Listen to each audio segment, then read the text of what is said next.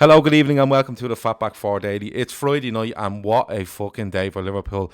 Klopp, Milner, Minamino, Watford tomorrow. It's all happening. This show is brought to you by Paddy Power. A bookie's a website and an app. Please gamble responsibly and try to do so with Paddy Power.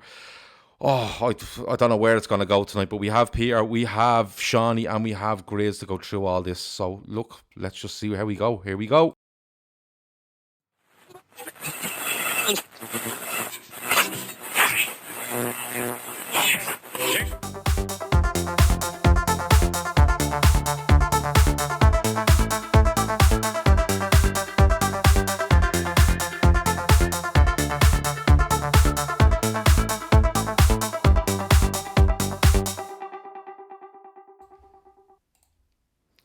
And here we go, the Fatback 4 Daily, and oh, what a day. I done a slight reaction show to it earlier, and it was short and it was sweet, but I didn't know what to say. I didn't see it coming. But Grizz, I'm going to come to you first, and you were insistent on this from right through the summer. You were absolutely adamant that Jurgen Klopp would sign a new deal with Liverpool. You took a lot of abuse over it, mainly from me, Matt, and all the boys, and a lot of people on Twitter. But how good does it feel today, Grizz, to for once have a green tick beside your name and a prediction that you've made? How does that feel, my man? Absolutely no better feeling if you're red anywhere in the world, any part of the world. I mean, they usually say Friday the 13th is supposed to be scary and bollocks like that, but what a Friday the 13th if you're red, eh? I mean, listen, as I told you guys, from what I'd heard, right, he was definitely going to sign on, but no one knew the timing of it. You know, it was bugging me. Why hadn't he signed? Why hadn't he signed? Because I know talks have been taking place since April last year. That's when they initially started. They offered him a deal in April last year, and I thought April of this year is what you mean? 8 months I ago? beg your pardon. April of this year, yeah. Sorry. So it was bugging me, like, why isn't he, and then all the talk came out about, oh, he's going to do his 7 years. And I was like, I was chatting to my man. I was like, he's like, I don't know. I mean, what's going on there? Something. And then you start slowly buying the sort of hype about he's been at his previous clubs 7 years, and that's how much he does. And at the end of the 7 years, he's just going to walk away. And the depression was setting in, Gav. I've got to admit, I was thinking, fuck this. Is this really what's going to happen? Is this Klopp going to leave us after winning us 2 titles? Because we're going to win it this year, and we're probably going to win it next year as well. And I thought, what's going to happen to us after that? And then, out of the total blue today, we got the news this morning that, and the way he done his, there was no big hoo-ha. The way he done his video, talking into a camera, he's just a man, isn't he, Nats? He's just the absolute total man. Just talking down to a camera to the fans, like, guys, you're going to see more of me, and some people will be happy about it, and some people won't. Brilliant stuff. Fucking what a day, man. Absolutely unbelievable. Seany, most people's reactions today was just over the moon. Like in our WhatsApp group, it was just people weren't even spelling things; they were just putting in random letters, and you knew what was going on. I kind of read it, and the way our WhatsApp group goes, it's a lot of piss taking. And I thought someone's acting the bollocks here, and then I went in and I seen it. Seany, I think you said this earlier, and I felt the same. This is the biggest signing Liverpool have made in many, many years. Every player included. Would you agree? I'd argue in our history, Gav. Right. I'd argue in the history of the entire club, because there was Shankly, we had Paisley, and they took over from each other. But we've literally gone from the start of the decade from Roy Hodgson to this. And when the club came in, he was just Liverpool. Everything about him was Liverpool. He got the club, he got the city, he got everything. He was Liverpool. He was the embodiment. There was the 2-2 at West Brom, and everyone was like, what's this fella doing? But now look, and just like Grizz was saying, I was starting to think to myself, well, maybe he will win 1 or 2 Premier League titles and just ride off into the sunset. And then today, the club just put up, we have an announcement to make, and like I haven't celebrated an announcement like that since the day that we signed Virgil, and funny enough, that was around Christmas time as well. So a really, really unexpected, lovely gift today, and it's a massive, massive statement from the club that we're not just here for the short term. Klopp is looking to build a dynasty. Yeah, that's the word that's in my head as well, Pete. Like when I think me and you have spoken about Klopp as well privately and probably on the podcast as well. And the thing for me was, I always thought when it gets to around January 2021 and you've 18 months left, that's when I'll start to panic. I looked at Germany. I looked towards Germany and I thought Joachim Low probably will go after the next World Cup, and it looks like Klopp is in the perfect position to go and take over. For him to do that today, it's a multiple of things, isn't it? He's shown his commitment. He's shown how much he loves the club, but he's also shown that it's not going to be like, you know, of another whatever it is, 2.5 years left, and I can just run with this squad. He's going to build again, and as Seany said, he wants to walk away from this as a dynasty and league titles, European Cups, and anything else he can get his hands on. Yeah, I think you're right. I think, Sean, it's interesting he mentions important signings, most important. I think the most important signing, a bit of business we've done, really, to be honest with you, is Michael Edwards. I mean, I look at what's going on at Manchester United. They seem to be obsessed with making statements. You know, every time you pick up a newspaper or have a look online, you see, you know, a list of all of these big names. Liverpool will throw up the smoke screens, you know, the Jadon Sanchos, but in the background they're working on the deals that they actually want to make. And I thought this week was a bit of a giveaway, you know, with playing Salzburg, with you know, their scouting model seems to mirror ours. I mean, Klopp, even Jurgen Klopp wasn't a massive name himself. Okay, he did well with Dortmund, you know, but he came from a humble background. I think you can see the difference between our model of success, and it all stems from the way really Michael Edwards seems to do his business. Maybe you and I had a conversation about Moneyball, about what is value. You know, I mean, we're all kind of, you know, the smoke screen signs were there the last couple of days. Somebody threw up a couple of smoke screens about Neymar, about Mbappe. I mean, anybody that's a supporter of this club knows that that's rubbish. Just wouldn't make any sense. But what really is going on is you know, it's just absolute quality. It's doing business and making sure that if the worst comes to the worst, there's going to be a massive business return and a massive return on the playing field. So I agree with the lads. It's a big day for us. Yeah, massive. Comments flying in here. Yossi said he was crying. He does admit it. Megan McCallion says, good evening. Had tears in my eyes when I seen the Klopp news. 3 points tomorrow will top off a brilliant week for the Reds. Absolutely. Barry Carr said he was told by his mate Frank, whoever Frank is, he was speechless, just grinning from ear to ear. Force says Klopp is building a team for his replacement too, and also paid testament to Edwards. Andy says Edwards' work has been outstanding. Is Grizz on tonight, says Mikey. Yes, he is, and he's getting the next question, so hold on there. Hold your horses, and we'll be with you in a sec. Barry Carr said, who's the other guy? Gordon, is it? The trio of them combo made in heaven. Yeah, listen, the setup is absolutely phenomenal.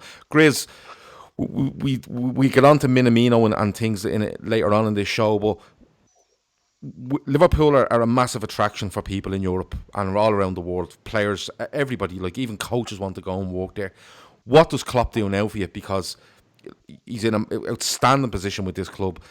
But when you're looking to sign, if you were going for Sancho or if you were going for Mbappe or if you're going for anybody, to turn around and say Klopp is here for the next 4.5 years, that's it, it's settled.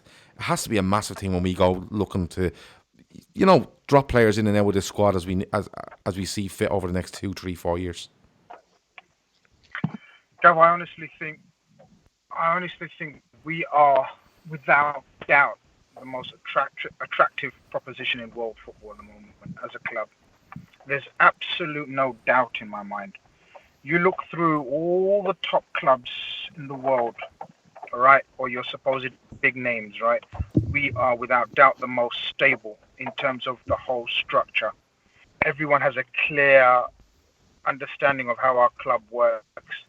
All the people at the top are stable and everyone knows their roles perfectly, and players love that kind of thing. Players love stability.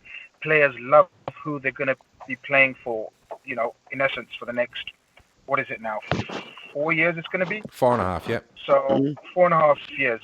That's massive for any aspiring player, young or even old, Gav, because I know we've got this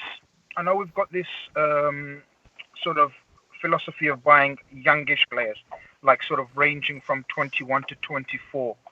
You know, I firmly believe, you know, that will change with time now, because it all depends on the levels of your club.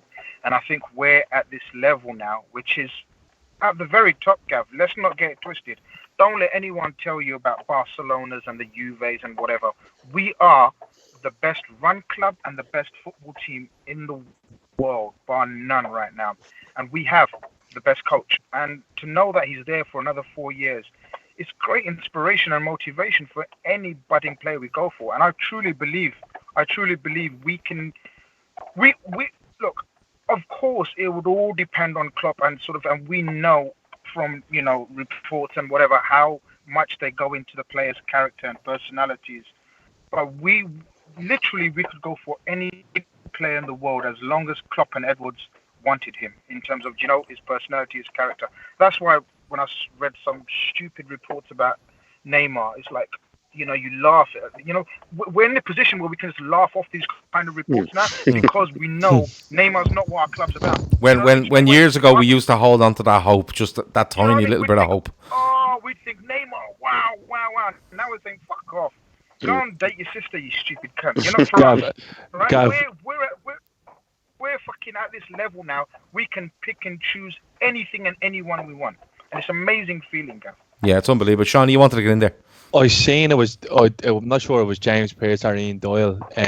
They actually said that what was actually coming up in negotiations with players that they've talked to about bringing in maybe even January or the summer, that players wanted to know what the story was with the club situation. So imagine you're going into either a contract renegotiation with a current player or a player who's outside who are looking to bring in and say, look, Klopp's here till 2024. He wants you to come in here. Like Grizz said, it's just stability, harmony, just everything. All the chips are in line now when everybody else is shuffling their decks. Man City are on the cusp of another transition because all the noise coming out there at the moment is that Pep Guardiola is going to jump ship. Yeah. So the everything is in line for us to go and dominate now. And I don't think there's any grandeur or delusion when I say that. I think Klopp probably has a vision there where he's probably thinking, you know what, I can string 2, 3, 4 Premier League titles back to back here. Do you know what? Shawnee, I'm gonna stop you there a little bit because I'll just take the one for the moment and then go on from there, because the one is it's the monkey off the back, Shawnee. It is. It's one of those where you have to get rid of that and you can say we are Premier League champions and what can we do now? Shawnee, staying with you though, what does it say to the rest of the league here? Because I seen pictures the other day of it was like it looked like a promotion for the Premier League, and it had Arsenal players, United, Chelsea, Leicester, and they're all holding Leicester scarves. It was photoshopped up, we're all Leicester. It's against the wall. It's the same show as always, Gab. You seen it last year. Man City did that job. Now it's up to the rest of the footballing world. Look, the whole footballing world can collide. They're not stopping us this year. Today was a massive statement.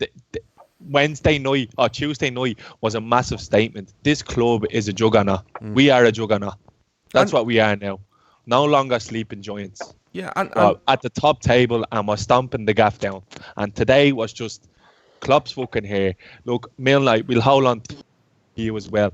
Minamino, we're going to take you for buttons. Even though every other clubs all over Europe are looking for you, you're going to come in here. There's clubs trying to negotiate a fee with that lad. This is why Edwards impresses me the most. I mean, a lot of people think there's a website where you can see everybody's clause, their release clause. You can't. It's about your relationship with with fellow chief executives, and Edwards obviously has that in the bag. Don't know how he's doing it. Don't know I'm not sure where he worked before, but how impressive is that? Manchester United we're trying to bid. We're trying to discuss a price. It's just incredible what the guy is capable of doing. Really, really impressive. It's unbelievable. And I'm looking around the league there and I'm saying to myself, like Shawnee's mentioned there, City, even if there's nothing going on with Guardiola, there's rumblings there. And there's only Barcelona, he's going to come back here. He's going to go to Barcelona. Yeah, but the thing is, like, even if there's nothing happening, Pete, it's the fact that there's people are prodding at it, and believing they'll get a reaction, right? You look at Spurs have brought in Mourinho and how long will that last? United are flattered to deceive most weeks, have been They're in decent. limbo. You know, they're in, yeah, Gavin, 100%. all the big clubs Arsenal, are in limbo. Yes, where Liverpool have today said, we're 8 points clear, we're going off and we're going to try win a World Club Cup. We're putting our manager now on a 4.5-year deal. We're putting Milner on a deal. We've picked someone up in January now, and like you said, people are trying to negotiate, and we're walking in going, it's 7.5 million, isn't it? Bang, there you go. You know, it's... Well, you know, you've seen him. He's talked about this before. The staff, like Liverpool's purchasing staff, are 3 transfer windows ahead of themselves. They're not wondering about the summer. They know what they're going to do in the summer. They know what they're going to do next Christmas. Then they know what they're going to do the summer after that. They just know. They've got and it's no coincidence that you wake up. I mean, remember the Fabinho deal? You woke up and you were like, how the hell did that happen?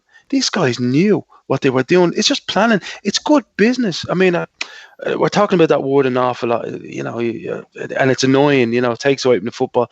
But, prepare to fail and all that, if and it's just what it's built on. I mean, you wake up all of a sudden, and this Japanese kid that we've all looked at, and when I remember we were sitting in the room saying, he's the one tearing us a new one. I wonder what's going to happen with him. This Jurgen Klopp smiling away when he scored against us because he's known. We've identified this lad probably 6 or 7 months ago, and the lads. Somebody made the comment yesterday that the lads are making a queue at the door. Oh, you should sign him. Meanwhile, he's yeah. On the back of his mind, yeah, sorry, we've been on this for a couple of years. Years, he said. I mean, this is why we're in good hands. It's not just the days of, okay, what do we need to do over the next 6 weeks? What are we going to do? It's good planning, Grizz. It's good planning. It's absolute. Everything is planned to the detail, and it's just so beautiful when it comes off, like it's seemingly fucking everything crossed when it's coming off this season. The timing today. It's just the most. It's going to be the most amazing turnaround of a club I've seen in what, Shawnee? What was you saying the other day? How many years since that bloody Roy Hodgson era? It's 9 years since Hodgson left the club. Within the decade, we're on the turn of a decade now. Within a decade, we were going into administration. We were going into administration in the mental. And then you look at today, like Pete said with the Fabinho deal, it's all about timing. The club, the fans were on the floor after the disaster in Kiev, and then we're like, look, we're on it. We're going to go again. Here's Fabinho. Between him being linked with us, he was announced and holding up the jersey at 9 o'clock. Today, the city of Liverpool and the whole northeast of England would have been on the floor, a kick in the teeth after yesterday's exit polls. Now, I don't like to bring politics into it, but... they would have been on the floor. A lot of people would have been on the floor today. My timeline, people were dejected. They were worried. And then all of a sudden, Klopp comes out. Look, I'm here to stay. Everything's all right again. If you have shit going on in the rest of your life, Liverpool are still here. And that's what he's done since he's come to the club. I agree with you, Sean. I think you're right. It's very deliberate. On the pedestal. Yeah, very deliberate. He's done it the proper way. He's very done it deliberate. The proper way. Yeah. We've not thrown... We've spent big money when needed, but he's used players who are there to the best of their ability. He's brought in players for cheap and turned them into superstars. We don't buy superstars, Gav. We make them. That's what's going on. That's what's happening here, and that's why none of the other clubs can catch up. Because they're not able to replicate what we're doing. Yeah, they're going to try. They're going to try because there is talk around United trying to put a structure in place that would mirror Liverpool's. Now, what are we doing? We're in Salzburg. We're looking at these other organisations who are doing it slower. We're mirroring Kirby off Salzburg's, and because they have a conveyor belt of talent all the time coming through. So we've completely cut out the middleman. Yeah, no, it's absolutely unbelievable. It's unbelievable. Yeah, we have everybody in the certain sectors, manager, sporting director. We have an investment group who've backed us to the hill to put us back at the top table, and everybody is doing their jobs to the maximum, and we're really going to start reaping the benefits in the next couple of years. And by benefits, I mean silverware, trophies, you name it. Commercial success. We're a giant again. Liverpool Football Club is a juggernaut once again. It's absolutely brilliant to see, and the way it's set up is unbelievable. Grizz, just going back to you and moving on slightly from Klopp, we have the announcement. It was yesterday, more or less yesterday, and it was kind of real concrete kind of information as well today on Minamino from Red Bull Salzburg. What do you make of this signing? Because a lot of people are. I've said it out straight. I've only seen him play twice, and that was against Liverpool. I am highly impressed by him, though. You know, it's 7.25 million. We've discussed how other people are trying to do deals, and we're going in, and we know what the deal is because we've a great relationship with Salzburg. But is that just the pinnacle of what we're at now, Grizz? Is that just the tip of the iceberg, I suppose, with how we're picking what we want, when we want it, and how we're going to do it? The planning, again, exemplary, wasn't it? It is. In my opinion, and again, it will go down as one of the best examples of sourcing, scouting you'll find in Europe. I mean, you know, you've seen him twice. I've seen him 4 times. So I've seen him twice as much as you. Yeah. Right. So I know twice as much about him as you. Well, you're watching the same 2 games on 2 tellies, was it? No. I can safely say that this guy will be a sensation for in terms of value for money, and not even for value money. They say, you know, there was a report where it said that we value him at sort of 20 million. But when we found out that it's 7.25 his release clause, well, you know, it's a no-brainer, as they say.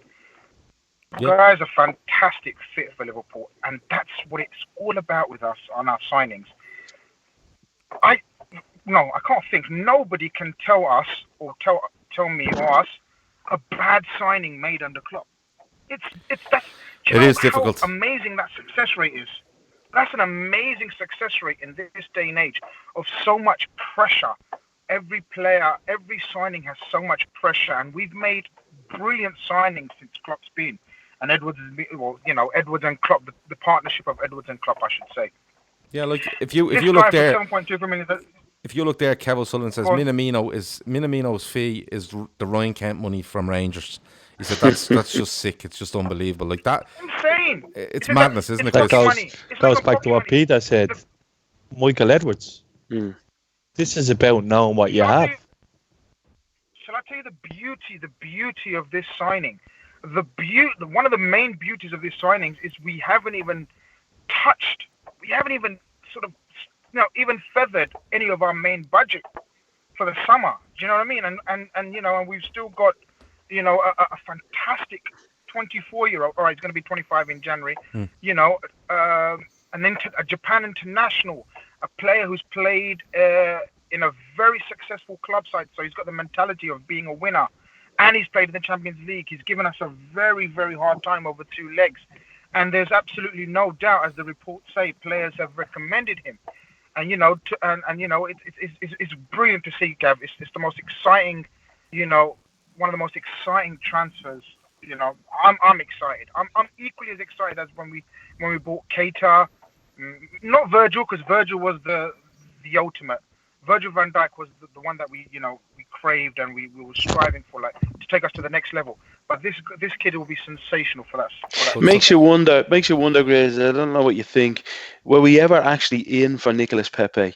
You know, sometimes I think that we're boxing so clever that you almost want somebody else to fall for that kind of. I'm not saying that lad won't be a good player, Sean. You know, I'm continuously hammering him because he's one of the worst decision makers I've ever seen. I mean, you know, a lot of the Arsenal fan base are talking about him as if he's a 15-year-old child. I think on Pepe, right? I think he's probably it was 72 million in the end, and I think Arsenal were getting loans off the credit union and everything to pay it. But the thing about him is, I think there was something in the Pepe rumour, but I think it was somewhere around 40. And Liverpool went, we can pay 40 here. We could probably do something with him. We could probably do something with him. He'd probably be a success at Liverpool because he's a decent player, and like I don't think you can judge many players on being in an Arsenal team because they're fucking shambles. But they could have turned around and went, we could do something with him, and if it worked okay, but we weren't mad happy on it, we could probably get off 40 back in a year or two. The thing is, but they weren't being held to ransom. No way would you. Yeah, it all goes back to the recruitment though. So we're just getting linked to these players, Pete, because clubs know other clubs are trying to steal a match on their targets. So, look, Liverpool are in for Pepe. Automatically, you're adding millions to that player's value. Now, Lille couldn't get Pepe out the door quick enough this summer after one season. So, it goes to show you. We, like you said, we're 2 or 3 windows ahead. I'd be surprised, and I know we're in heavily linked, I'd be surprised if we were going to go anywhere near Jadon Sancho, because I'm thinking the club are like, we're not giving 100 million. It's funny you say that, Seany. We're not going to give you 100 million for a player, because we can just we'll get someone who's going to come in behind him, who'll be probably the next Jadon Sancho. Well, I'm going to give you a comment here, Seany, from Maverick on the chat, and he says, "Do you see us actually going for Sancho? The issue I see is the wages Dortmund upgraded him to 190k. I can't see Liverpool going there now. They were unlucky not to get him when he left City. So again, you're going to have to look at Liverpool. They're not conservative in the market, but they won't be held to ransom by nobody. Now the talk is that Jadon Sancho's agent was in Liverpool over the weekend. That's the talk, right? Whether it was a follow-up meeting, whether it was an initial meeting, we don't know. But I can't see Liverpool going in and saying to Jadon Sancho, we'll give you 190 grand a week. I'd be very surprised by it. But look, that's transfer stuff, and we get to that when January 4th kicks in, and me and Grizz will have a bleeding great time for a month. But Pete, just going back to you, the last big news of the day was James Milner has extended his contract to 2022. This is one after my own heart. You know, a player of a certain age, you know, a lot of people write him off, but you know, the fittest player in the squad, you're probably all aware that most clubs do a bleep test at the beginning of each season. This fella pisses it ahead of everybody else. You know, the attitude, you know, this is a fella you don't want to see go anywhere else. The only club I wouldn't begrudge him going back to is if he decided to go back to Leeds if they were promoted, because I believe he had a deal in place internally. But this is what you want. I mean, this is a fella, you know, run through brick walls. He's the cliche. He's the last of the great ones. You know, people talked about all these players coming in, and I worry, you know, you want someone around the club like that. You know, throw back to the way Steve McMahon was years ago. You know, that type of fella, that even if he's not playing, he's in and around the young fellas. He's putting it in their heads how important it is to play for this football club, and how important it is to look after yourself, to look after fellas around you. To be honest, I was just as happy to see that, because I really thought we were leaving it a little bit late.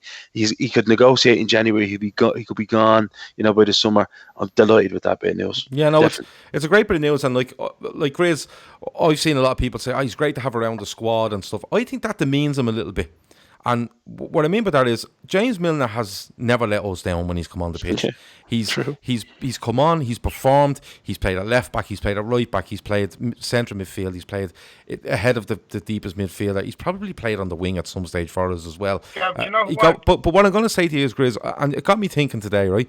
He's 33 years of age. As Pete says there, he's lashing around the pitch at Melwood, then they're sticking needles in his ear to see what fucking is inside him because he's ridiculous. But what I'm saying to you is, right, Ryan Giggs at 35, 36 and 37 years of age was going around in a Premier League winning side at Manchester United, and nobody, they revelled in the fact that he was at that age, and he was a brilliant player, Ryan Giggs. Ryan Giggs won a PFA Player of the Year when he was about 33, 34, didn't he? He was 40. Yeah, he was more than 40 winning it. I remember the year he won. 2013, I think. Yeah, I think it was 2011. I was at the ceremony, believe it or not, lads. And he won it, I think, the year that Ashley Young won it, the young player for Villa and then signed for United. Right. I'm nearly sure he was 40 winning it. Now, a lot of people said, it's a swan song, they're giving it to him. But he scored a lot of vital goals for Manchester United that year. It was very good. I just think, looking at him, I'm thinking, is there 2 years left in Milner? And I think, yes, there is, for what we were wanting to do. Grizz, this 2-year deal, though, when you see it at the end of that 2-year deal, would you see him then looking to become a coach at Liverpool, or would you see he probably has a year left in him at a Leeds United? Where do you see it for James Milner? I think he deserves to just do what he wants to at the end of those 2 years. If Leeds are you can't be going setting forward to stuff and all. Like, you have to be within reason.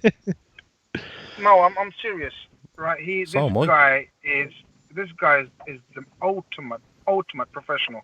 I compared him to a modern day Stevie Nicol the other day, in terms of how underrated he was. You know, in terms of playing in so many positions. You know, equally as good. I mean, people forget he played a whole season at left back in a Jurgen Klopp team.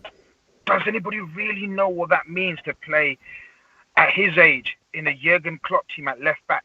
Amicably, we didn't have a disastrous season. correct me if I'm wrong. I think we finished top 4 that season. We did. And reached a cup final, wasn't it? Was it the Europa Cup final we reached that year? I'm not too sure. No, Champions League. Champions League. 17 League final. Amazing. This guy is the ultimate example again on the training pitch, behind the scenes, for the younger players, for any new signings. He's a captain. He's a leader. It just made total sense. And if at the end of the 2 years, if he's still as fit and hungry as he is now, then why not maybe sort of, maybe even stick around for another season, sort of, or maybe in a coaching capacity. But, if Leeds are in the Premier League, then I think that is his dream. He's openly said it, that he would like to return to his, his boyhood club at some point in his career. Hopefully they never get promoted, Grizz. Milner is another one like Klopp who just gets it. He gets it. He understands what it is to play for Liverpool. He understands what it is. He carries the shirt with the weight that it has. He is another one, an example to all around them. Do you know what I think it is, He Seany? will go anywhere you want, and he's a funny fucker as well, because his comment today turned around that he said Klopp wanted to know how long I was staying around before he signed his deal, sort of thing. You know what I mean? You need characters like that around the squad. Yeah. He is 10 out of 10. At worst, 7 out of 10. He's there. He's putting it in every day. He's an example to the likes of Curtis Jones, Harvey Elliott, the whole lot of them. He's seen and done it all. Yeah, vital penalties as well. Vital penalties. Yeah, like Pete said, he's the last of the great ones. He's the last of that generation of footballers where you really needed to fucking work your socks off before you were getting big 150 grand contracts when you were 21 years of age. He understands the values of football, and that is one reason why he is being kept, because if his legs go, his brain is still there, and once his brain is still there, the club can pick at that, Klopp will pick at that, and will use him to the best of his ability. Do you know what I think it is? Again, I think he's again, lads, a total freebie. Yeah, well, exactly. Well, there was big wages there at the time, but look, it was a free transfer. But the thing for me with him is he's completely comfortable in his surroundings, and he's completely comfortable in the hype at Liverpool, the pressure, the expectation. Because you have to remember, James Milner started at Leeds United as a 16-year-old right winger, and when he came in, there was massive things said about him. He had to deal with pressure from a really young age. He went to Newcastle, I think, then Villa, then City. But when he was at City, they went. He never played for a small club. No, but not only that, Seany. When he went to City, then they were on this road to league titles. He was massive in their 2013-14 win. When we went up against him, I remember him playing up front for City, centre forward, because he no forwards one day, and stuck a free kick in the top bin in the last minute to win the game. And the thing about me is, we can say whatever we want about his ability and stuff, but I guarantee you, if we got down to a tight run in, James Milner would be probably in the top. I would say top two names that you would have on your pitch that you would need to force home something and win a game. That's how big he still is. Yeah. But Leicester this year, Leicester are our closest rivals. He steps up in the 90th minute and bangs it. Yeah. Every single time, you could set your watch by him. He's invaluable to the squad. Yeah. About it too. Yeah, there's so many players like that. But look, it's been a great show. Talking about Klopp, talking about Minamino, Milner, and stuff like that. We are playing Watford tomorrow. The Cop Table have done their preview on that, so I'm going to leave their show to look after that game in depth, and that will be out later on tonight, along with this show as well. But before we go, lads, I'd like to get predictions, and for the simple reason is I can remember Grizz and then abuse them tomorrow. So Liverpool, Watford, 12:30 Anfield tomorrow. The place is going to be buzzing with all this stuff that's gone on today. It's a nice little. It's a nice little way to get a crowd up a couple of notches on an early Saturday kickoff. Grizz, what's your prediction for the game tomorrow? I don't think it's going to be a walk in the park like everyone thinks. I think it's but we will win, and I think we will win comfortably enough. I think we win 3-0 tomorrow. 3-0. So it won't be a walk in the park like everyone thinks, but you think we'll win comfortably and That's win 3-0. How good we are. That's how good we are. Cagey 3-0. Yeah, tricky 3-0. That's how good we are. That's how good we are. Yeah, okay. You're off your rocker. I love you. Seany, give us a prediction for tomorrow. And don't say 1-1 because I will have to hurt you. No, I expect a few changes, actually. I expect a few changes, but I think we get the job done 0 tomorrow. We'll win 0 with a clean sheet going into Qatar. Sun on our backs for Christmas. Let the rest worry about us. Good stuff. The train rolls on. Hopefully. Lovely. Pete, what's your prediction for tomorrow? Another free swing. Another club coming at us with a free swing, not expected to do anything. So they might surprise us early on. Like clubs like this generally do and go 1-0 up, but I expect us to win a 4-1. Okay. Definitely. Maverick has, I think Maverick has 4-1 as well. Max has 3-0. Shaq reckons that Watford will be up for it. Chris Brack has Liverpool 4-0. Nordred says, what a day, boys. Enjoy your kip tonight. Sweet dreams. You never walk alone. He's going to bed early, isn't he? Kev O'Sullivan says 3-0. I think Liverpool... I have 4-1 in my head for some reason as well, but don't ask me why. But look, that's been the Fatback 4 Daily. Seany, thanks for joining me. No problem, Gav. Thanks for having me on, pal. No bother. Pete, thanks a million. Super stuff. Good to see you, lads. Good to speak to you. Grizz, thanks a million, my man. No problem, mate. No problem. That's it. That's the Fatback 4 Daily for tonight. I will be back tomorrow with match reaction. We'll probably do it around 5, half 5 when all the other games are done and dusted. But that's been it. And remember, Liverpool will win tomorrow. It will be very tricky, but it'll be a walk in the park at the same time. 3-0. Talk to you in a bit. Over and out.